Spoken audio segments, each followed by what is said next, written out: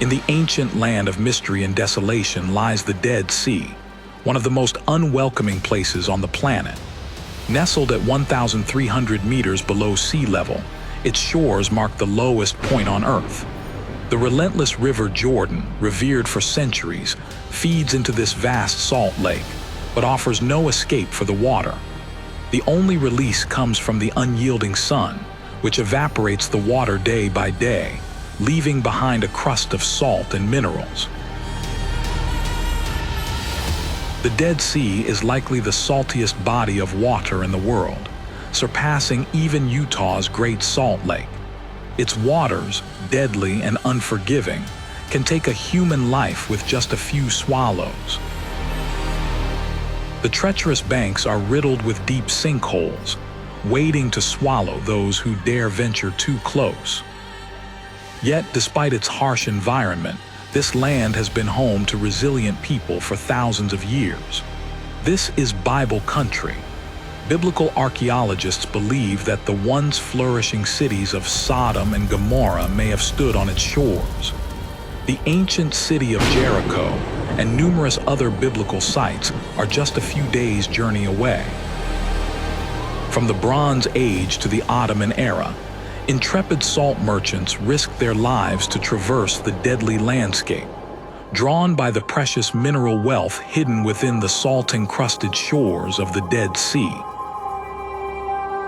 In the spring of 1947, as Palestine stood on the brink of a new war, 3 young Bedouin boys, whose ancestors had roamed the region as nomads for countless generations, made their way to the ancient watering hole of Rosh Feshka to rest their weary animals.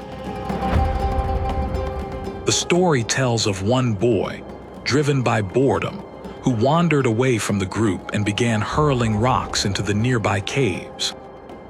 Suddenly, a loud crash echoed through the air as pottery shattered. He froze, realizing that one of his rocks had struck something inside the cave. The thought of treasure flashed through his mind, and he sprinted back down the cliff to share the news with his friends. Nightfall was approaching, so they decided to investigate the mysterious cave the next day. With the dawn, the boys clambered up to the cave, hearts pounding with anticipation. But what they found was not a trove of buried riches, but a collection of simple clay pots. One of the pots lay broken, spilling ancient scrolls onto the cave floor. Little did they know, they had just made the single greatest discovery in the entire history of biblical archaeology and Jewish Second Temple period studies. What they had stumbled upon was no ordinary find, but the first of the Dead Sea Scrolls, an archaeological treasure that would soon become renowned the world over. The boys had uncovered a cultural icon, the most famous archaeological discovery of the 20th century, right there in the desolate landscape of Palestine. In 1947, the Middle East was once again engulfed in turmoil as the dark clouds of war loomed over the region, casting a shadow that would ripple across the globe. Amid this chaos, the fate of the ancient scrolls discovered near the Dead Sea remained a mystery, hidden from the world's gaze. Unbeknownst to most, just before the outbreak of conflict, the Bedouin shepherds who had stumbled upon the scrolls sold them to a Syrian Orthodox priest in Jerusalem for a modest sum of around $250. Those who first examined the scrolls were the first to lay eyes on them in over 2 millennia. To their astonishment, the texts were strikingly similar to the Old Testament Bible known today. Yet, as history would reveal, the Dead Sea Scrolls held far greater significance than mere biblical parallels. By 1950, as the dust of war began to settle and the new nation of Israel emerged, the scrolls' whereabouts remained largely unknown.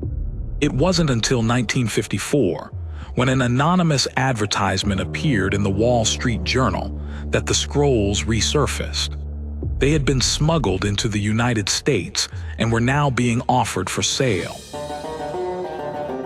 This time, they were purchased by an Israeli archaeologist acting on behalf of his country for an astounding $250,000, a thousand-fold increase from the price paid to the Bedouins. The discovery made headlines worldwide. The scrolls were the oldest known copies of the Hebrew Bible ever found, with only about 13 minor variations compared to the 10th century Aleppo Codex. This revelation, combined with the staggering sums of money involved, ignited a feverish race among archaeologists and Bedouin tribesmen to uncover more scrolls hidden in the desert. By 1956, a total of 11 caves containing scrolls had been discovered. 5 natural and 6 carved into the soft rock of the region. Remarkably, these caves had remained untouched for nearly 2,000 years. Inside, they held approximately 800 manuscripts written in a variety of languages, including Aramaic, Greek, Latin, and Hebrew, reflecting the rich linguistic tapestry of the ancient Middle East.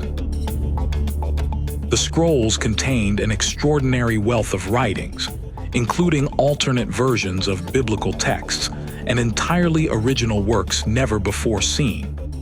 Scholars hypothesize that the collection may have been part of a long-lost library, offering an unparalleled glimpse into the beliefs and practices of an ancient religious sect that existed during the time of Jesus. The Dead Sea Scrolls have since become one of the most significant archaeological discoveries of the 20th century, shedding light on a vanished world and transforming our understanding of history, religion, and culture. The Dead Sea Scrolls can be broadly categorized into 3 distinct sections. The first consists of Old Testament biblical documents, which are mostly identical to the Bible we know today. Interestingly, one of the earliest scrolls discovered is known as the Genesis Apocryphon, an alternative version of the book of Genesis written in Aramaic. This scroll includes a long-lost conversation between Noah and his father Lamech, a narrative absent from the canonical Bible. The second category includes texts related to the everyday life and literary heritage of the period. Many of these were written in Greek and Latin, the administrative languages during the later Second Temple period of Judaism. These writings provide valuable insights into the cultural and historical context of the time. Perhaps the most intriguing is the third category, the sectarian scrolls. These documents describe the life, beliefs, and teachings of the community responsible for creating and preserving the scrolls. They refer to themselves as the Sons of Light, a secretive apocalyptic group that lived in isolation, preparing for an impending cosmic battle between good and evil. When it came to dating the scrolls, radiocarbon dating, which had only just been introduced in the 1950s, was initially deemed too unreliable and potentially damaging to the fragile manuscripts. Instead, scholars relied on paleographic dating, the study of ancient writing styles. Later, less invasive carbon-14 dating methods were also employed. All of these techniques conclusively dated the scrolls to a roughly 300-year period, spanning from the 3rd century BCE to the 1st century CE. This time frame is incredibly significant, as it overlaps with pivotal moments in world history, including the life of Jesus and the rise of the Roman Empire. In the 1950s, as the scrolls were being deciphered, archaeologists also investigated the nearby site of Qumran. Over time, most scholars came to agree that this site, located about a day's walk from Jerusalem, yet isolated in the desert, was the home of the Sons of Light. The ruins of Qumran provided further evidence linking the community to the scrolls. Scholarly consensus on the Dead Sea Scrolls often varies widely, especially given the vast amount of research, some of it bordering on pseudohistory. However, nearly all scholars agree on one key point. The scrolls were hidden during the First Jewish Revolt against Rome, 6670 CE, a brutal conflict that ended with the destruction of Jerusalem and the Second Temple. It is believed that the intensity of the fighting prevented the sect from returning to retrieve their sacred library, leaving it undisturbed for nearly 2,000 years, until its rediscovery in the mid-20th century. So, who were the secretive sect behind these writings? The Sons of Light have captivated the world ever since their scrolls were first discovered, inspiring thousands of books debating their identity, and, for many, their significance to Christianity. According to the scrolls, much like early Christian ascetics or monks, the Sons of Light renounced their earthly possessions to live a communal life in the desert. There, they sought wisdom and salvation through communion with angels, a belief that was generally rejected by mainstream Judaism at the time. The scrolls also revealed dualistic and apocalyptic themes, possibly influenced by Zoroastrianism and reminiscent of later Christian heresies, such as those of the Bogomils and Cathars. However, unlike the early Christian community, the Sons of Light distanced themselves from the meek and vulnerable. For instance, they excluded the blind, claiming they could not see impurity, and the deaf, arguing they could not hear the correct teachings. The sect also appears to have been almost exclusively male and Jewish, with initiation rituals that were extraordinarily demanding. Despite these differences, the Thanksgiving Scroll, a collection of prayers and sayings from the sect, reveals striking parallels with early Christianity. These similarities have led many scholars to propose a connection between the two groups, suggesting that Christianity may have emerged as an offshoot or influenced by the teachings of the Sons of Light.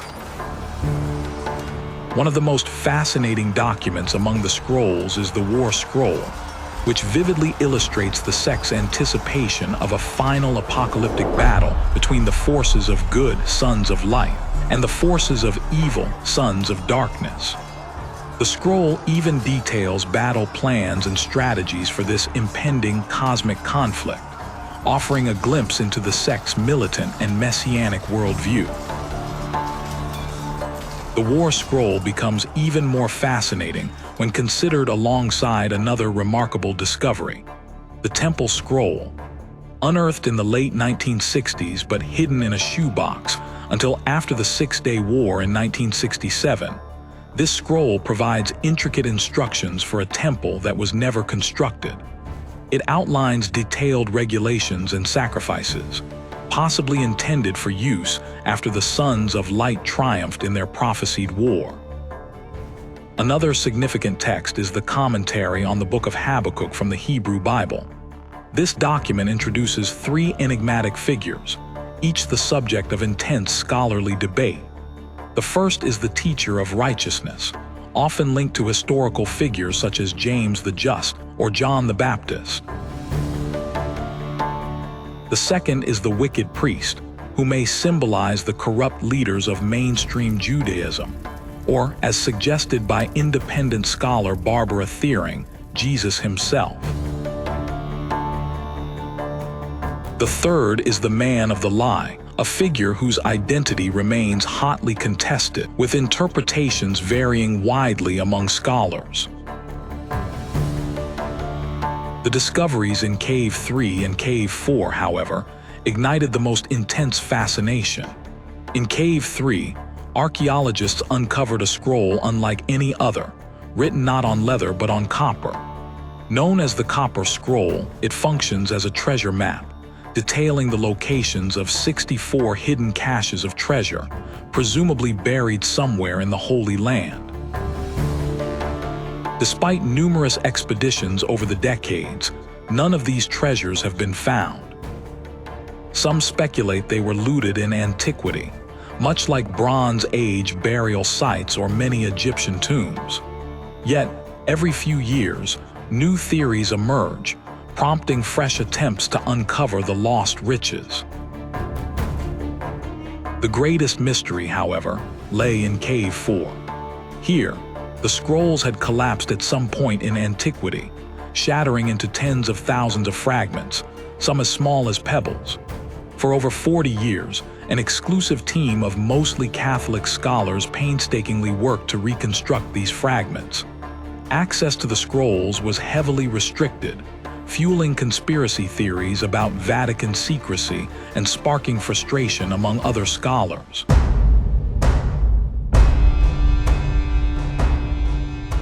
At one point, a leaked translation suggested that the leader of the Sons of Light had been crucified, hinting at a direct connection to Jesus.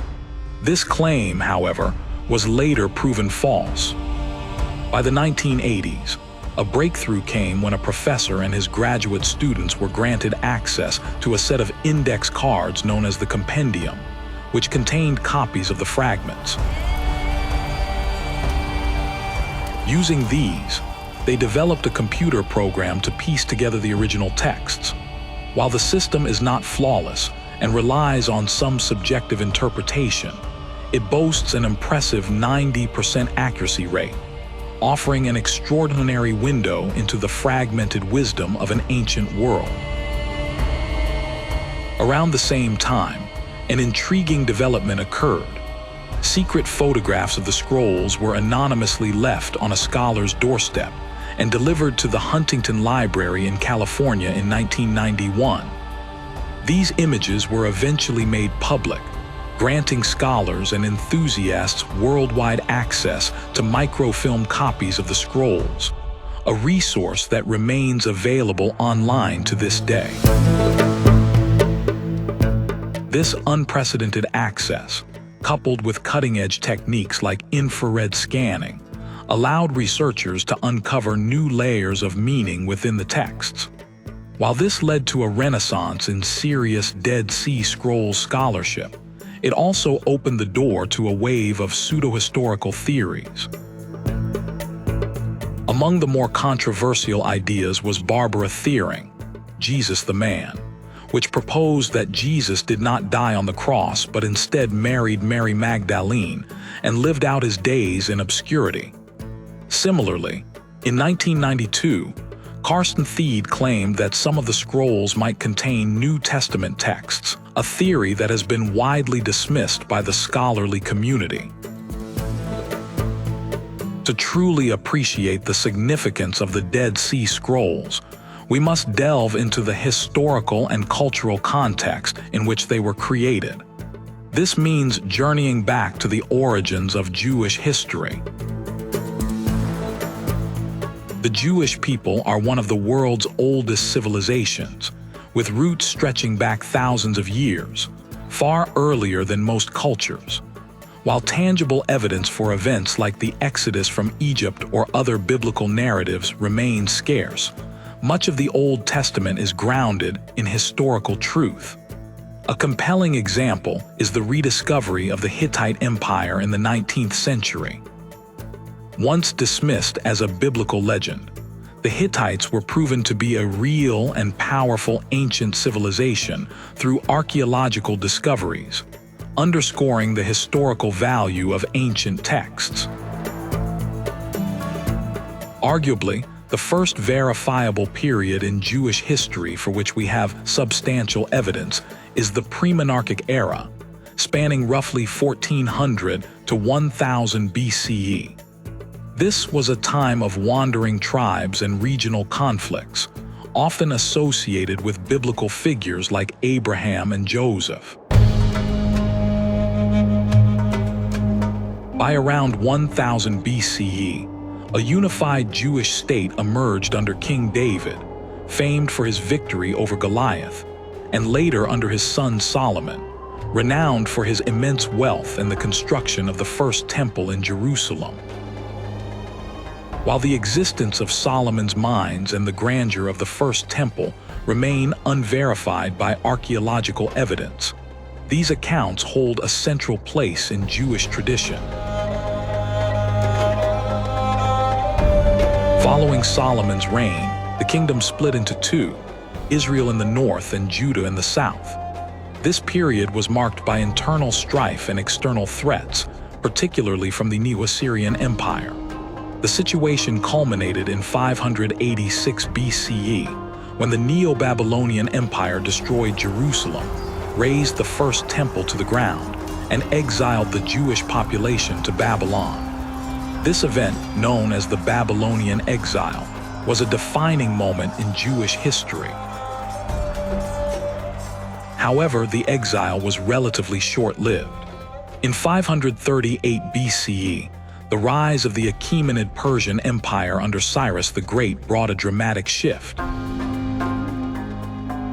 Unlike the oppressive rulers often depicted in Greek sources, Cyrus was remarkably tolerant. He allowed the Jews and other displaced peoples to return to their homelands. Upon their return, the Jews began rebuilding the Second Temple and enjoyed about 200 years of semi-autonomous rule. It was during this period that much of the Old Testament was likely written down and standardized. In 333 BCE, the rise of Alexander the Great and his vast empire transformed the region once again. Alexander's conquests stretched from Egypt to Afghanistan, ushering in the Hellenistic Age and marking the end of the biblical period, a time viewed by later generations as the purest and most uncorrupted phase of Judaism.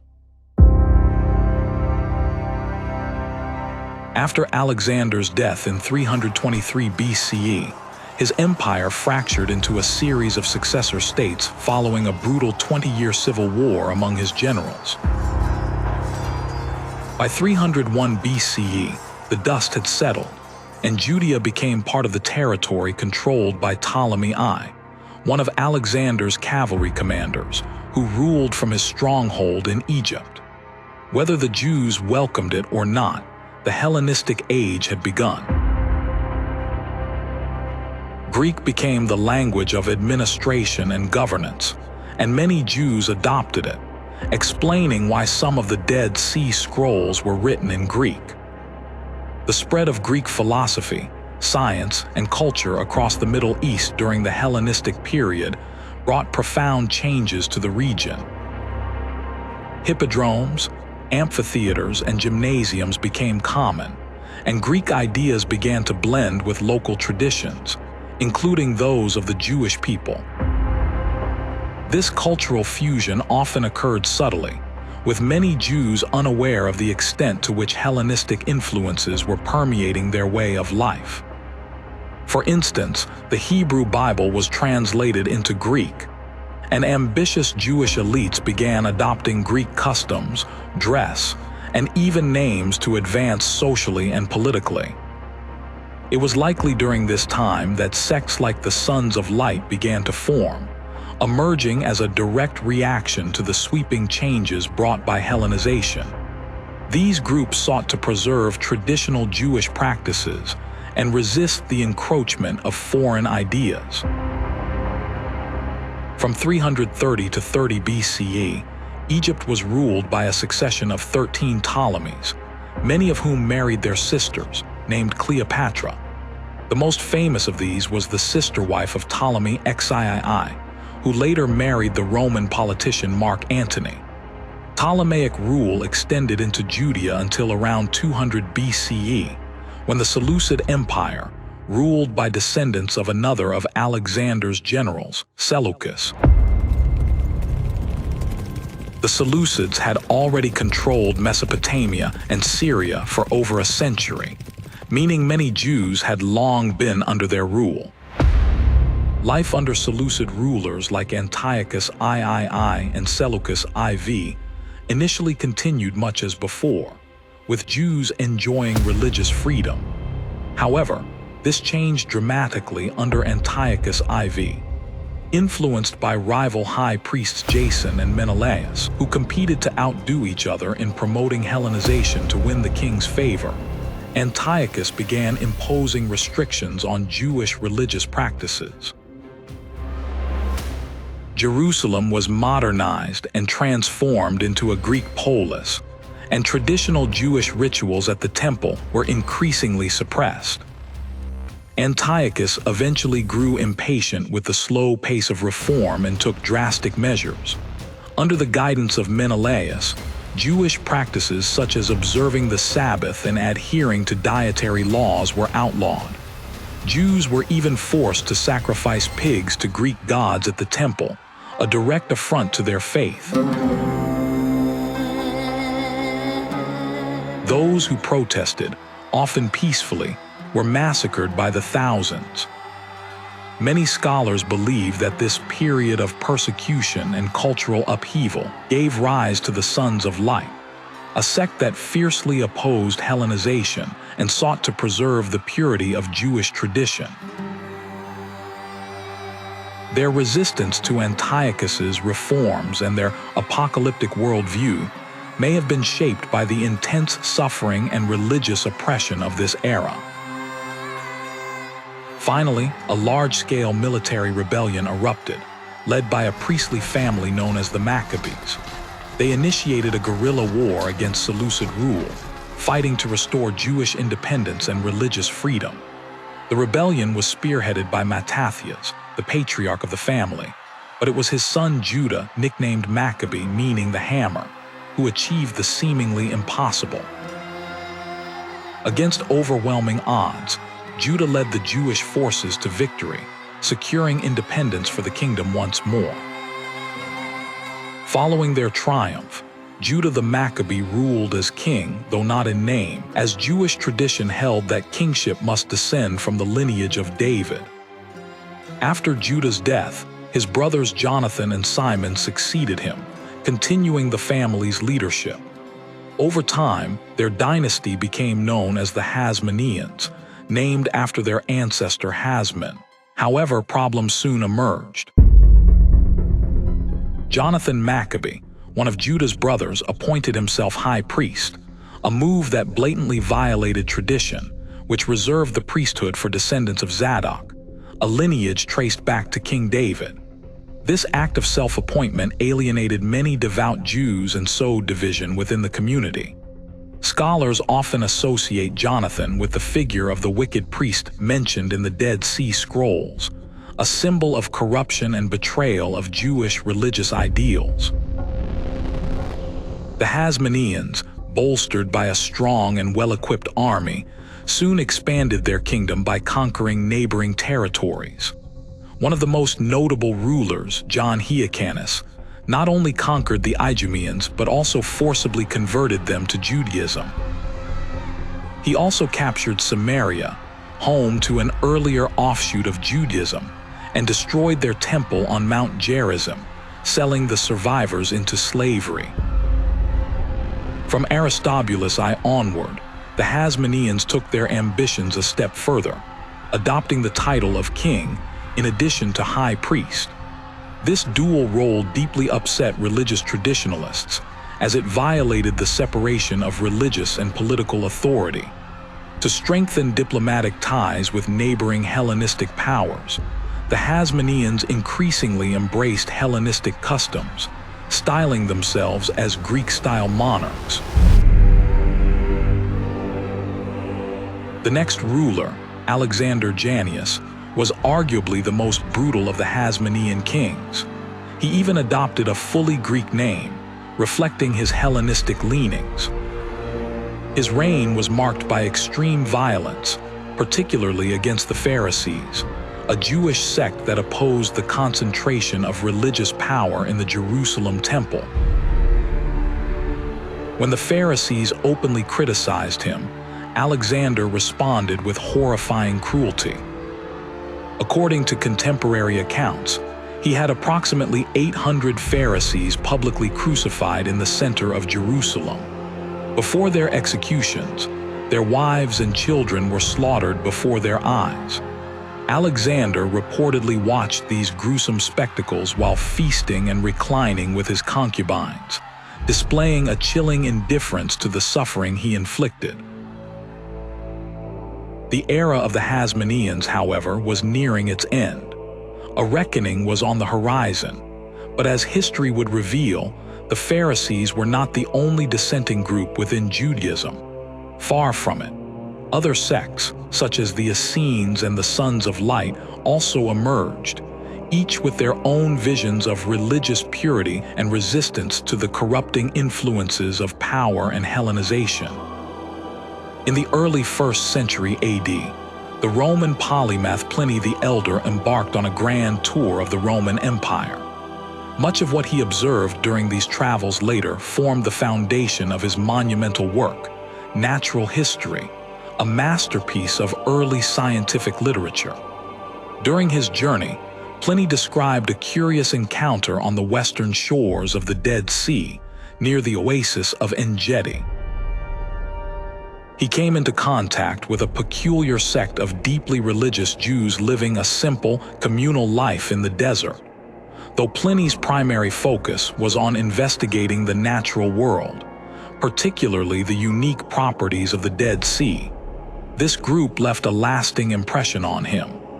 He later wrote that they had existed for thousands of generations, possessed no money, and that their priestly class abstained from marriage.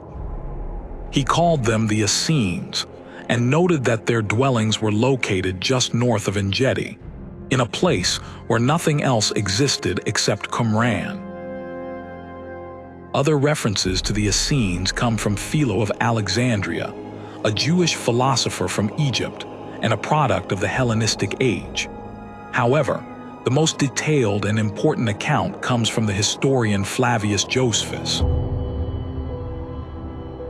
Originally from a priestly family, Josephus served as a general during the first Jewish revolt against Rome before surrendering early in the conflict. He later became a renowned writer in the Roman Empire. Alongside his invaluable accounts of the Maccabean revolt and the Jewish war against Rome, Josephus provides first-hand knowledge of the religious sects of his day, the Pharisees, the Sadducees, and the Essenes. He claimed to have spent time living among the Essenes during his youth, offering unique insights into their way of life. During the 1st century AD, Judaism was far from monolithic. A variety of sects, creeds, and schools of thought coexisted, each with its own interpretations and practices. For example, the Samaritans were an earlier offshoot of Judaism, having split from mainstream Judaism around 500 BCE. They were nearly wiped out by the Hasmonean King John Hyrcanus, and their primary point of contention with mainstream Jews was the location of their holy mountain. The Samaritans worshipped on Mount Gerizim, while the Jews revered Mount Zion in Jerusalem. Another group mentioned by Philo of Alexandria is the Therapeuti, an ascetic Jewish sect living in his native Egypt and possibly in Israel as well. However, the most widely known groups are the three discussed by Josephus: the Sadducees, the Pharisees, and the Essenes. The Sadducees. The Sadducees were the main priestly group associated with the Temple of Jerusalem. Their power was largely hereditary, rooted in ancient aristocratic traditions.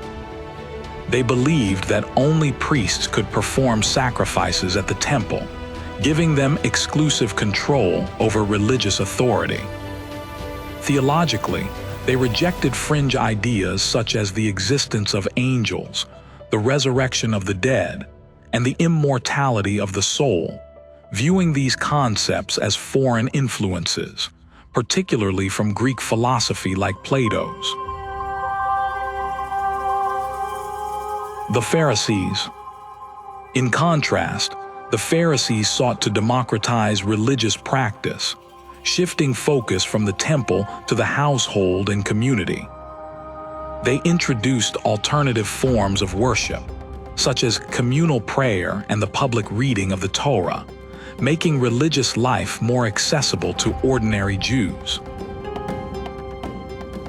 The Pharisees believed in the oral Torah, traditions passed down alongside the written Torah, and emphasized the resurrection of the dead and the existence of angels. The Essenes. According to Josephus, the Essenes were a small, fringe group, likely numbering only a few hundred at any given time. They were desert separatists who rejected both the Sadducees and the Pharisees. The Essenes lived a communal, ascetic lifestyle, often in isolated areas like the desert near the Dead Sea. Most scholars today equate the Essenes with the Qumran community, the group believed to have written or preserved the Dead Sea Scrolls. If this is true, the Essenes may have been the sons of light described in the scrolls. This connection makes the Dead Sea Scrolls even more significant, as they provide an insider's view of the thoughts and beliefs of a Jewish sect that was not only contemporary with but also strikingly similar to early Christianity. However, as we shall see, the Essenes differed from Christianity on several key issues. But what of the archaeological site adjacent to the caves? A link between the scrolls, the Essenes, and the Qumran settlement had long been suspected, but could it be proven? In the early 1950s, as the Dead Sea Scrolls were being discovered in the nearby caves, excavations began on the settlement adjacent to them. G. Lancaster Harding, one of the earliest archaeologists to work at the site, initially dismissed it as a Roman fort. However, when a jar was found that was nearly identical to one discovered in Cave 1, a connection between the settlement and the scrolls was established. Roland de Vaux, a French Dominican scholar who led the Catholic team excavating Qumran, concluded that the site had been inhabited between 134 BCE and 68 CE, with a brief hiatus following an earthquake in 31 BCE. This earthquake may explain why Herod the Great, the Roman puppet king, is not mentioned in the scrolls. The settlement was apparently built on the ruins of an Iron Age fort dating back to the time of King Hezekiah or King Josiah. It was during the period of Hasmonean self-rule, 166–63 BCE, that the communal life at Qumran seems to have begun. Life at Qumran was far from easy. To secure water in the arid environment, an intricate system of aqueducts and cisterns was constructed. Despite these challenges, de Vaux and his team, being Catholic priests, interpreted the discoveries through a Christian lens, drawing parallels between the Qumran community and their own experiences as celibate monks living in a cloistered community dedicated to recording and creating written works. Indeed, there are notable similarities between Qumran and early Christian communities. However, as scholar Lawrence Skiffman argues, there is a danger in overly Christianizing the Qumran community. While some view them as quasi-Christians or Christians before Jesus, the people of Qumran were not monks led by a bishop performing baptisms. Such a way of life did not yet exist. They were, instead, a group of Jews who practiced ritual purifications and maintained a library of sacred texts. Furthermore, women are mentioned in several Dead Sea Scrolls documents, and among the 1,100 graves in the Qumran cemetery, a significant number of female skeletons were found.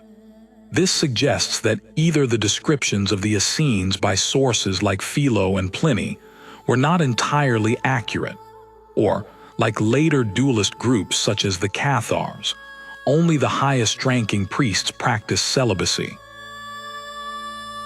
Nevertheless, there is a wealth of evidence at Qumran pointing to some form of communal life. The site lacked verifiable private residences, but revealed numerous inkwells and writing materials, suggesting it was a center for scribal activity. Over 500 coins dating from the Seleucid and Hasmonean periods were discovered, stored in 3 large clay vessels. Many scholars believe these coins represent the communal wealth surrendered by members of the sect, aligning with descriptions of the Essenes as a group that renounced personal possessions. The religious practices described in the Dead Sea Scrolls and contemporary accounts of the Essenes are further supported by archaeological findings.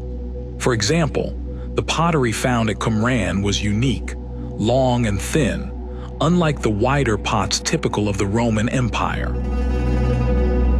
These jars featured lids instead of corks, making them easier to open without violating Sabbath laws. Additionally, the discovery of individual plates, rare in the ancient world, reflects the community's obsession with ritual purity, as noted by Josephus.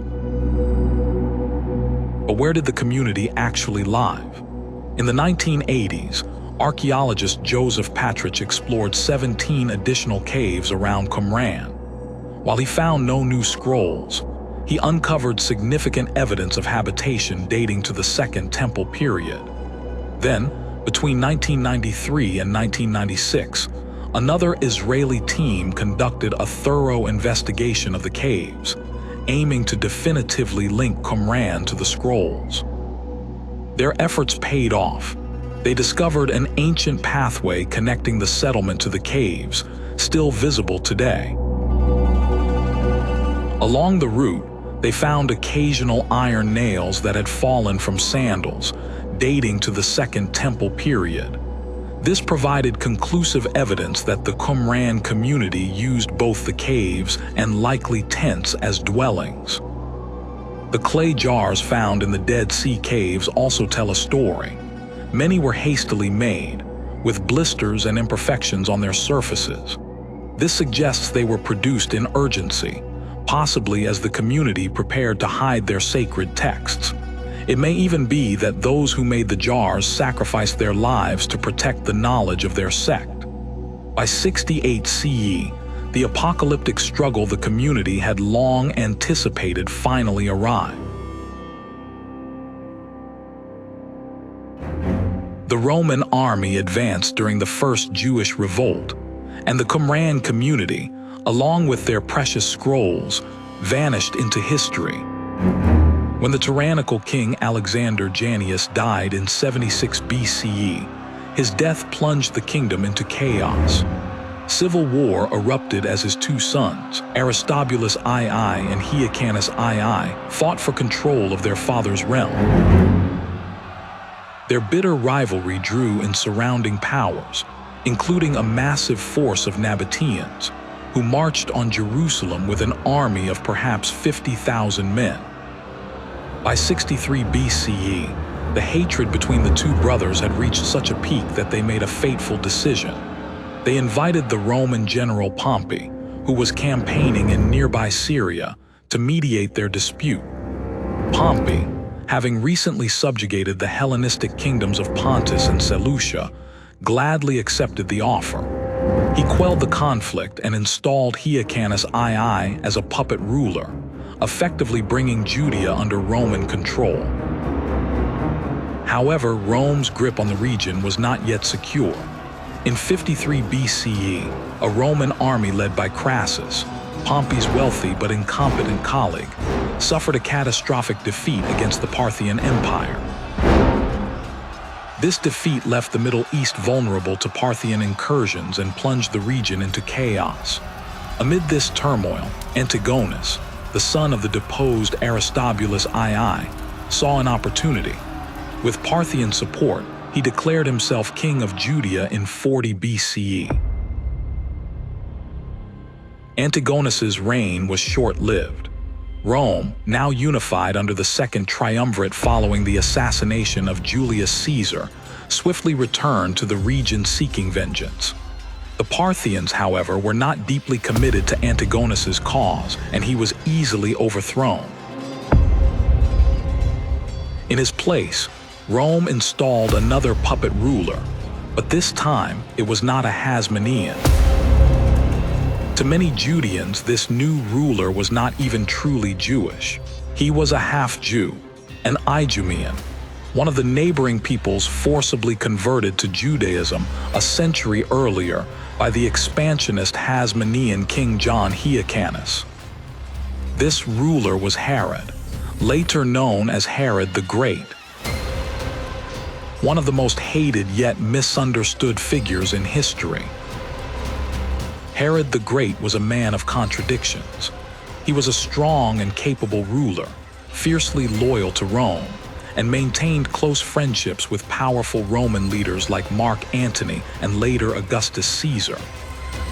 Rising from a regional governorship, Herod gained a semblance of legitimacy by marrying into the Hasmonean dynasty, the previous ruling family of Judea. However, his reign was marked by paranoia and brutality.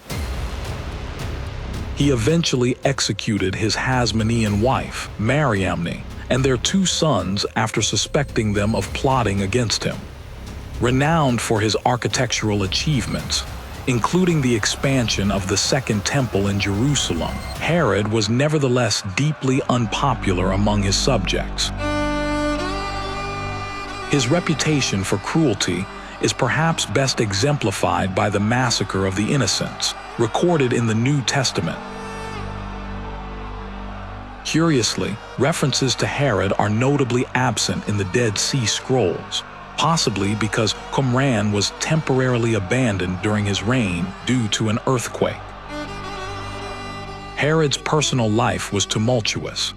He had 10 wives, and upon his death in 4 BCE, his kingdom was divided among 3 of his sons, who ruled over smaller sub-kingdoms while frequently squabbling among themselves.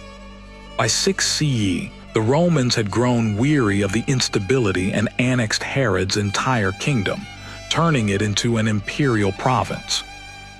By this time, Qumran had been reoccupied, as evidenced by references to the Romans in the scrolls and the dating of the texts. It was during this period that a new religious and political movement emerged, the Zealots. Unlike the earlier religious sects, the Zealots were driven by a single, uncompromising goal: the total expulsion of the Romans from Judea. Their rise marked a new chapter in the region's history, one defined by rebellion and resistance.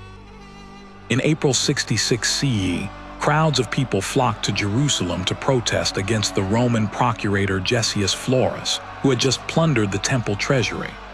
The people's anger was met with brutal retaliation. Florus ordered the crucifixion of many in the crowd, sparking all-out anarchy in the city. For the Sons of Light, the apocalyptic moment they had anticipated for centuries had finally arrived. This marked the beginning of the Great Jewish Revolt against Roman rule.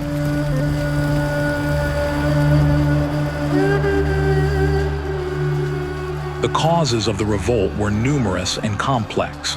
They included the incompetence and oppression of Roman governors, clashes with Jewish religious sensibilities, class tensions, and widespread social discord.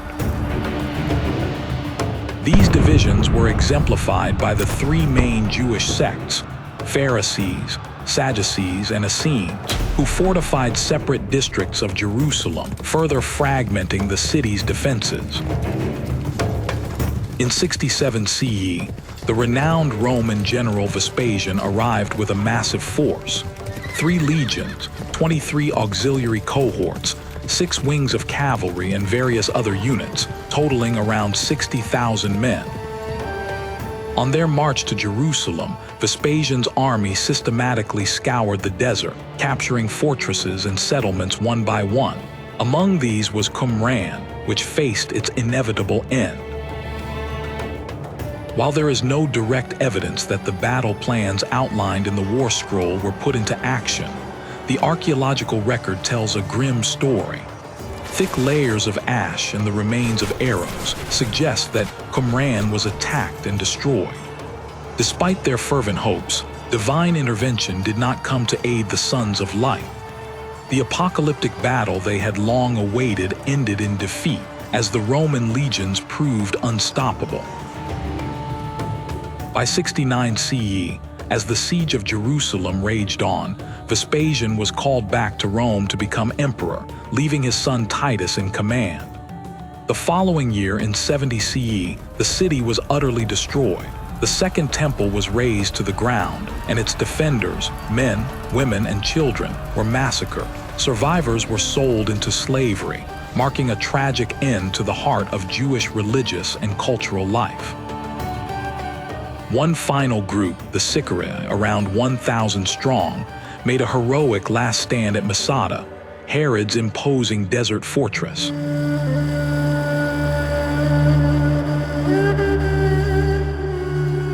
After holding out against the Roman army for months, they ultimately chose mass suicide over surrender when the Romans finally breached their defenses. Interestingly, during the excavation of Masada in the 1960s, a copy of a Dead Sea Scroll, the Songs of the Sabbath Sacrifice, was discovered. This suggests that some members of the Qumran community may have fled to Masada and joined the Sicarii, sharing their fate in 73 CE. The fall of Jerusalem and the destruction of the temple had profound consequences for the Jewish sects of the time. The Sadducees, whose power was tied to the temple, lost their central place of worship and soon faded into obscurity. The Essenes, who had awaited an apocalyptic battle, likely perished during the revolt, explaining why no one returned to Qumran to reclaim their library. Their disappearance was further cemented by another devastating Jewish revolt, the Bar Kokhba revolt, which broke out in 132 CE and ended in catastrophic defeat. Interestingly, it was the Pharisees who survived the turmoil of the Roman conquests. Over time, they evolved into the foundation of Rabbinic Judaism, the mainstream form of Judaism we know today. However, there was another Jewish sect that, though small in number, would grow increasingly distinct from Judaism due to its openness to both Jews and polytheistic Gentiles: the Christians. Long before the discovery of the Dead Sea Scrolls, scholars had speculated about connections between the Essenes and early Christianity. In his 1862 book, The Life of Jesus, Ernst Renan drew parallels between the Essenes and the early Christian movement. While Renan's work was groundbreaking for its time, presenting Jesus as a historical figure rather than solely a divine being, it was also marred by anti-Semitic undertones. His ideas were met with skepticism, particularly from scholars like Albert Schweitzer, and the matter was largely set aside for decades. The discovery of the Dead Sea Scrolls in the mid-20th century reignited interest in these connections. Early Christian writers, whether they were aware of it or not, had drawn on ideas and themes strikingly similar to those found in the scrolls. There is even evidence that earlier discoveries of scrolls in the region influenced early Christian thought. Origen in the 3rd century, Eusebius in the 4th century, and Timotheus, a historian and leader of the Syrian Orthodox Church in the 8th century, all referenced ancient Hebrew texts that may have been early Dead Sea Scrolls. While the Dead Sea Scrolls themselves are not Christian, the links between their creators and the origins of Christianity are undeniable. Many biblical scholars argue that Christianity emerged from an apocalyptic movement within Judaism, and the Qumran community is a strong candidate for this influence.